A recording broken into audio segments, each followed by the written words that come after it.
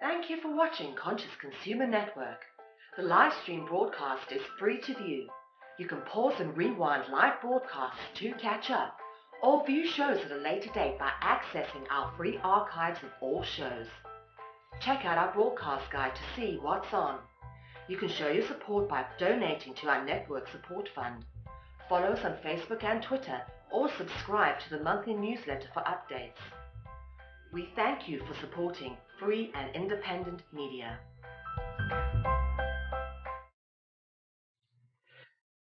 Greetings. My name is Dean, and I am a point of contact for TVP activism in British Columbia, Canada. Thanks to Conscious Consumer Network for having us on, and all your efforts and interest in creating a better world. So what is TVP activism? To me, TVP activism is an emergent team of volunteers organizing to advance society by advocating the Venus Project and its aims and proposals. What is the Venus Project? The Venus Project is an organization that proposes a feasible plan of action for social change, one that works towards a peaceful and sustainable global civilization. It outlines an alternative to strive toward, where human rights are no longer paper proclamations, but a way of life. As a disclaimer, I would like to add that the opinions and views that I express may not represent precisely that of the Venus Project. So welcome to my short presentation on human behavior.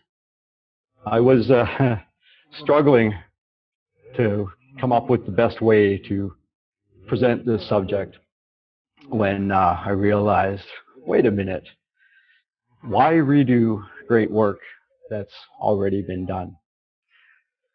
That wouldn't be very efficient. So I decided to go with a basic recap and at times a direct ripoff of what was shown in the Venus Project's 2016 documentary, The Choice is Ours. If you haven't seen that yet, I highly recommend. Don't even watch this, just go watch that. Then again, I do some slides, so maybe that'll sell you.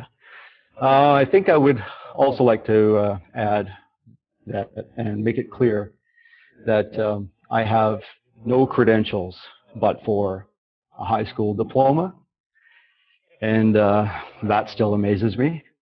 I have no degrees or formal training in this area or in any discipline or trade. All that I've been experiencing and learning and the skills that I have built up over the course of my life has been a result of a series of events, opportunities, and choices.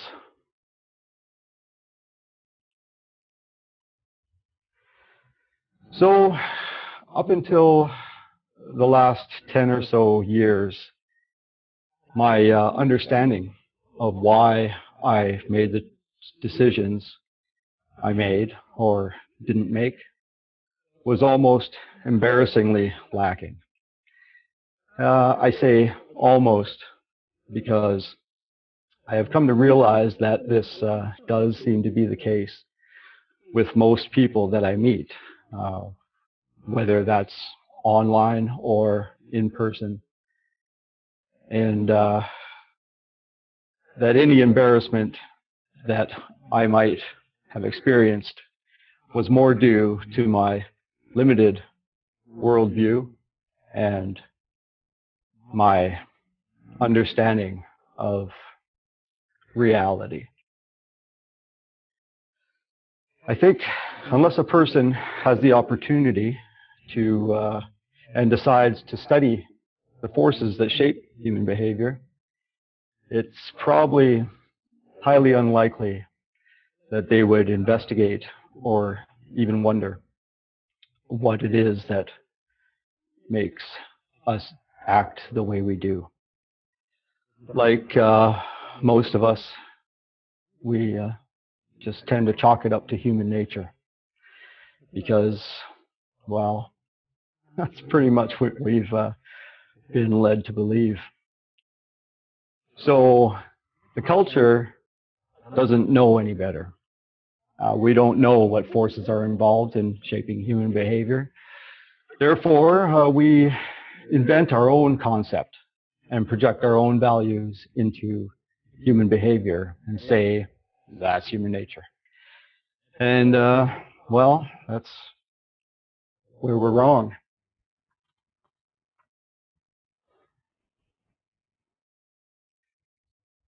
I see this all the time with when I interact with people. We do tend to be a very poorly educated society. So, what's the difference between human behavior and human nature? Well, I think we have inherent needs that can be attributed to human nature. Basically, we all need to breathe, eat, drink, and have shelter from the elements. We also have the need for connection, love, acceptance, intimacy, intellectual and creative stimulation, and the like. We are a highly social animal. I don't know about you, but I was never taught in elementary school or in high school either, for that matter, that we are best at problem solving when we collaborate and cooperate, or even how to relate to other people or nature. Some would argue that we also have a competitive nature and a need to dominate. That is just in our genes. But, of course, I disagree. As it seems to me that those behaviors only manifest when conditions generate and or perpetuate them. Like when there's a scarcity of food, water, or some other resource or reward. Is procrastinating in my genes? Or is it shaped by my environment? Or is it a combination of both? And to what degree? We behave based on what we need.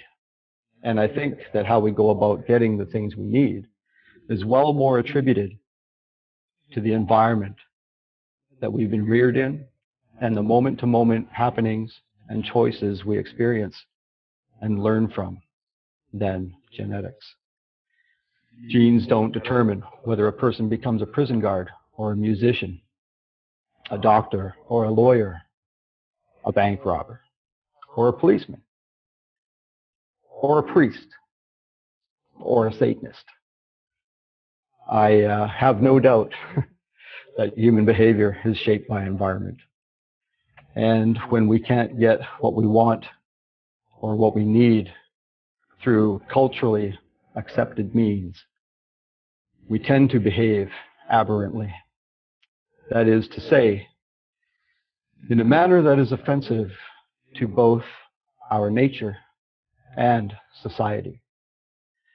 I see most aberrant behavior as a systemic and cyclical problem created and perpetuated by outdated social methods.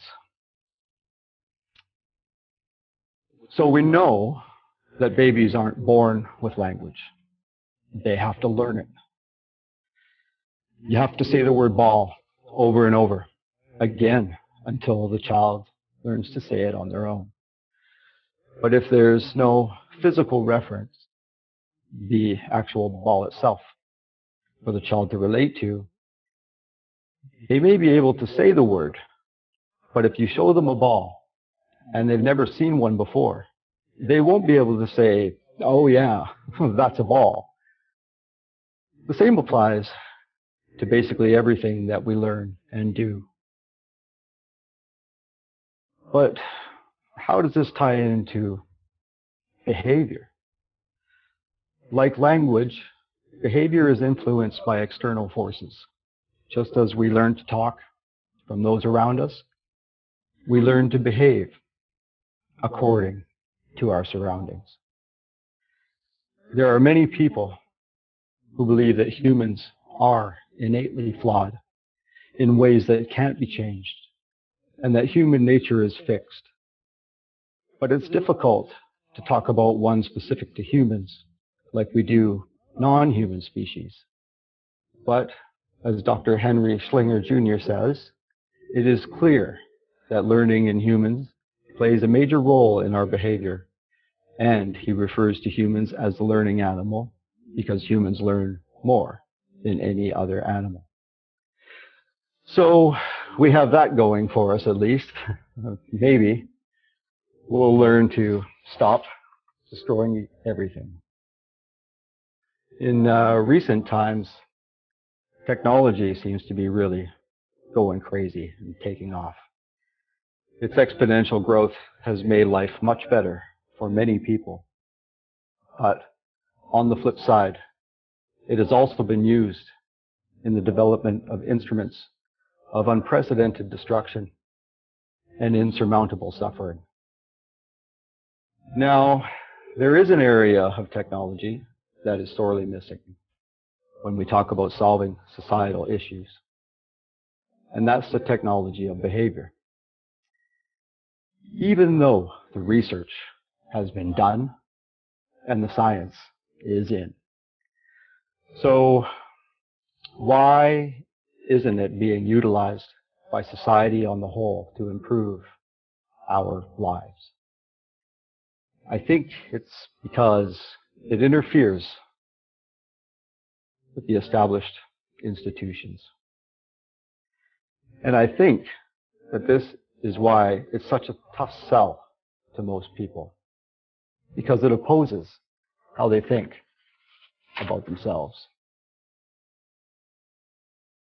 So if we look at the behavior of humans in the same scientific way that we look at any other physical phenomena, then we will be able to understand and alter the factors that shape our attitudes and our conduct, if we choose to do so.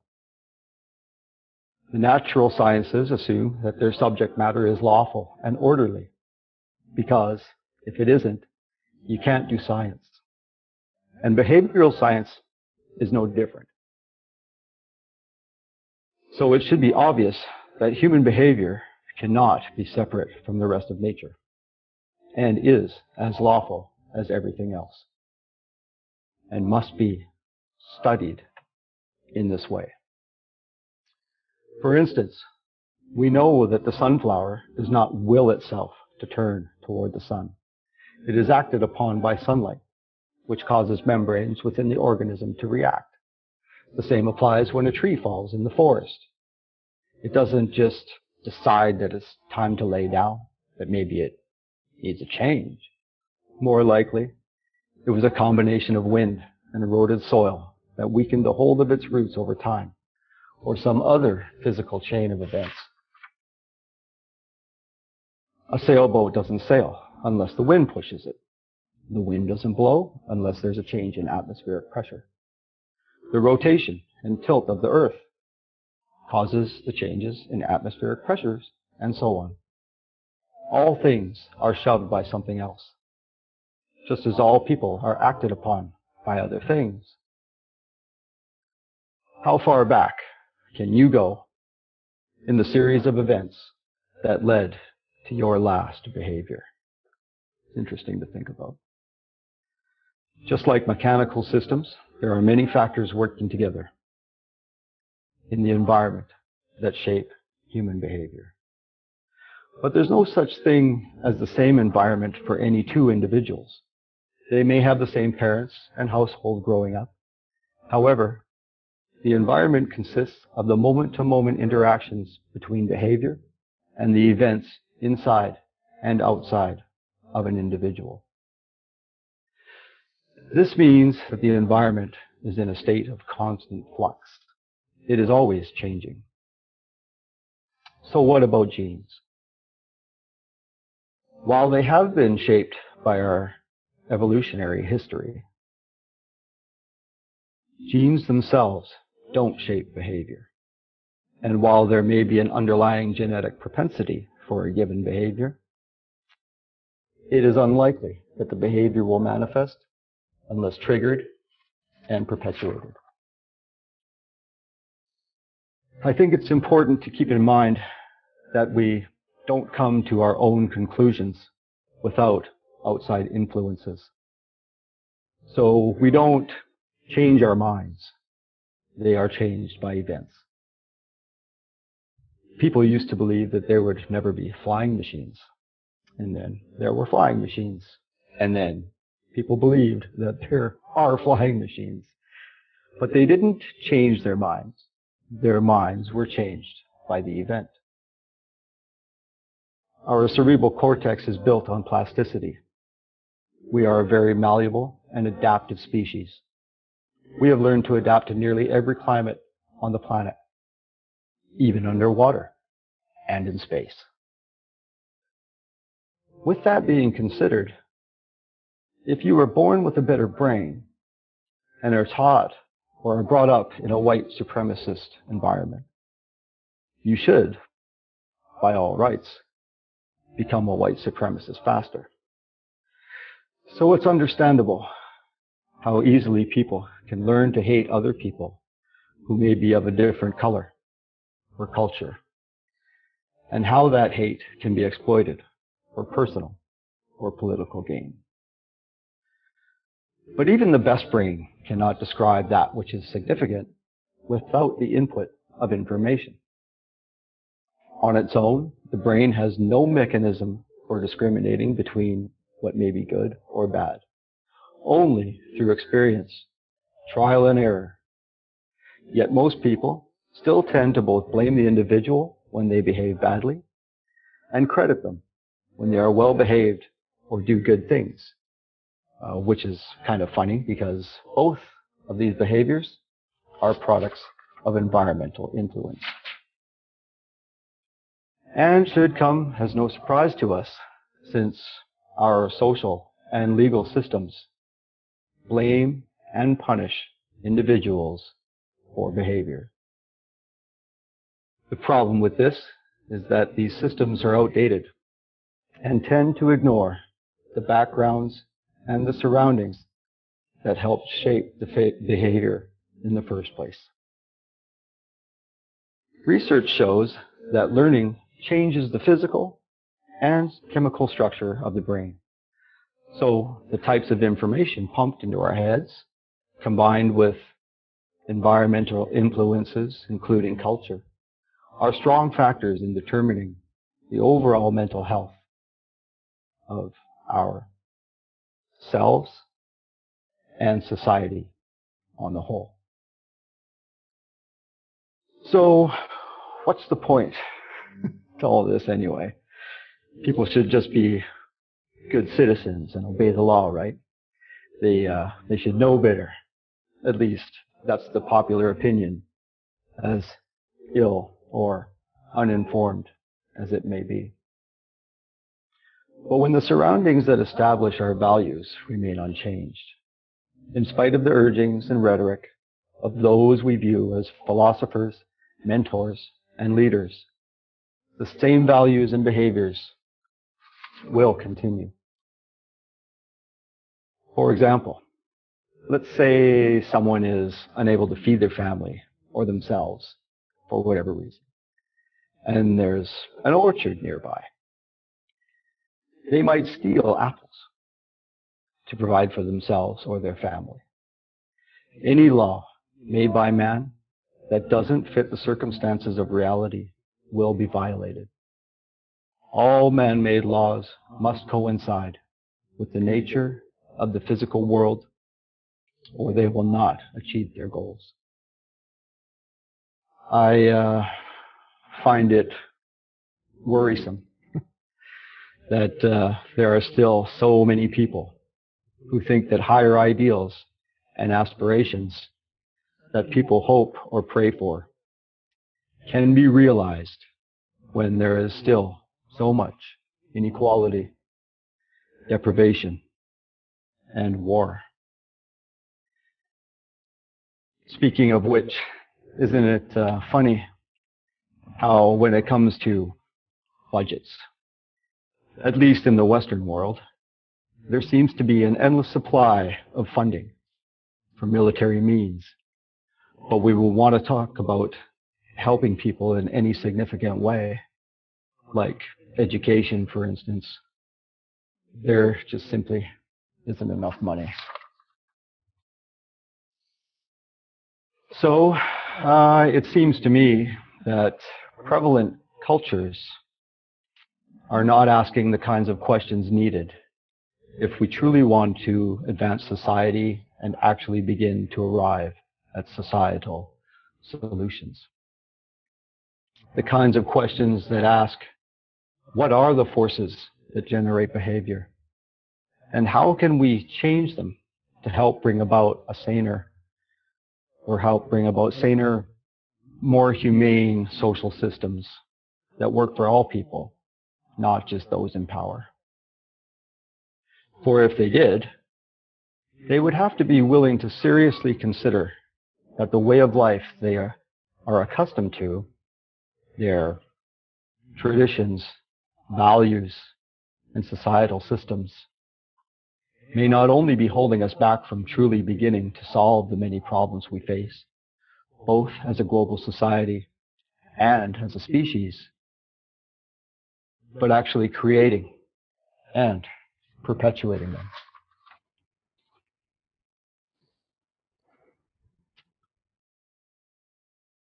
Imagine a global society based in human well-being on the whole. After all, if environment shapes behavior, and we know it does, and we want a significant reduction in aberrant behavior, and a healthy increase in mutually beneficial behavior across the board, and we have the understanding and the means to create relevant systems and environments, shouldn't we try to implement them? At the very least, as a global society, shouldn't we explore them? The work has been done, really. We know what is not only possible, but entirely feasible. All we need to do is reduce the cultural lag. If we want to change behavior, we have to change the environment. It's that simple. We have the knowledge, the technology, and the resources to potentially create a paradise on earth for every single man, woman, and child, and the rest of nature, without any servitude of any kind. All we have to do is apply what we already know. Suffice it to say that human behavior is a huge subject, one that we've not even scratched the surface of here. So please do explore it further. I find that the more I learn about these things, the more I understand that I still have so much more to learn. And the more I understand why people do the things they do. So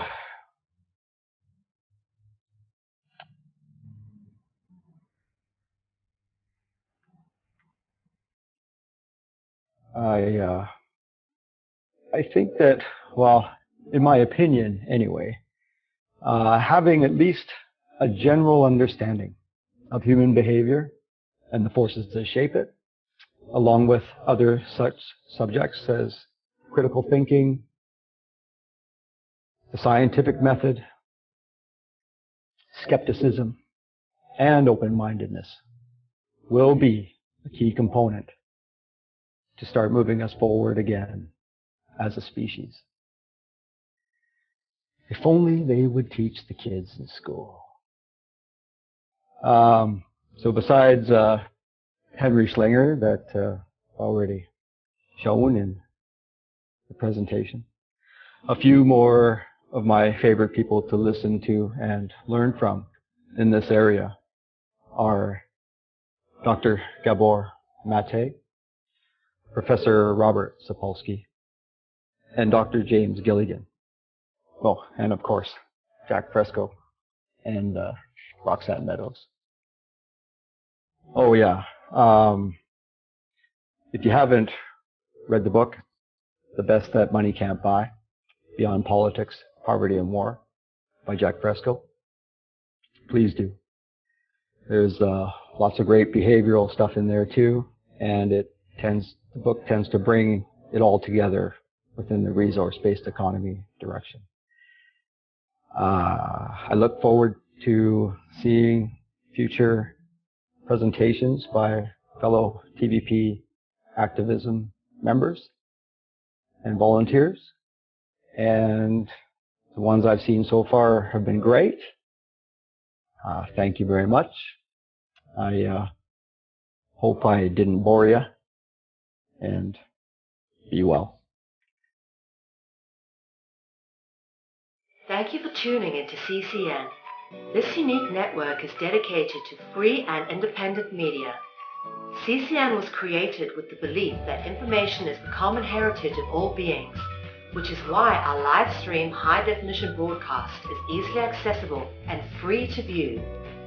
If we want to change the world, we must first change the media. Having produced over 1,000 shows in 2015, which are all archived on YouTube, we look forward to bringing you more groundbreaking, cutting-edge information in 2016. For more information on what is on, please check out our broadcast guide for weekly updates. CCN broadcasts in multiple languages and features some key voices of our challenging times who are all in pursuit of a free, fair, just, sustainable world. CCN belongs to you, the people, and it is up to you all to keep this network on the air. Please contribute to the Network Support Fund or visit the CCN shop. We thank you all for supporting free and independent media.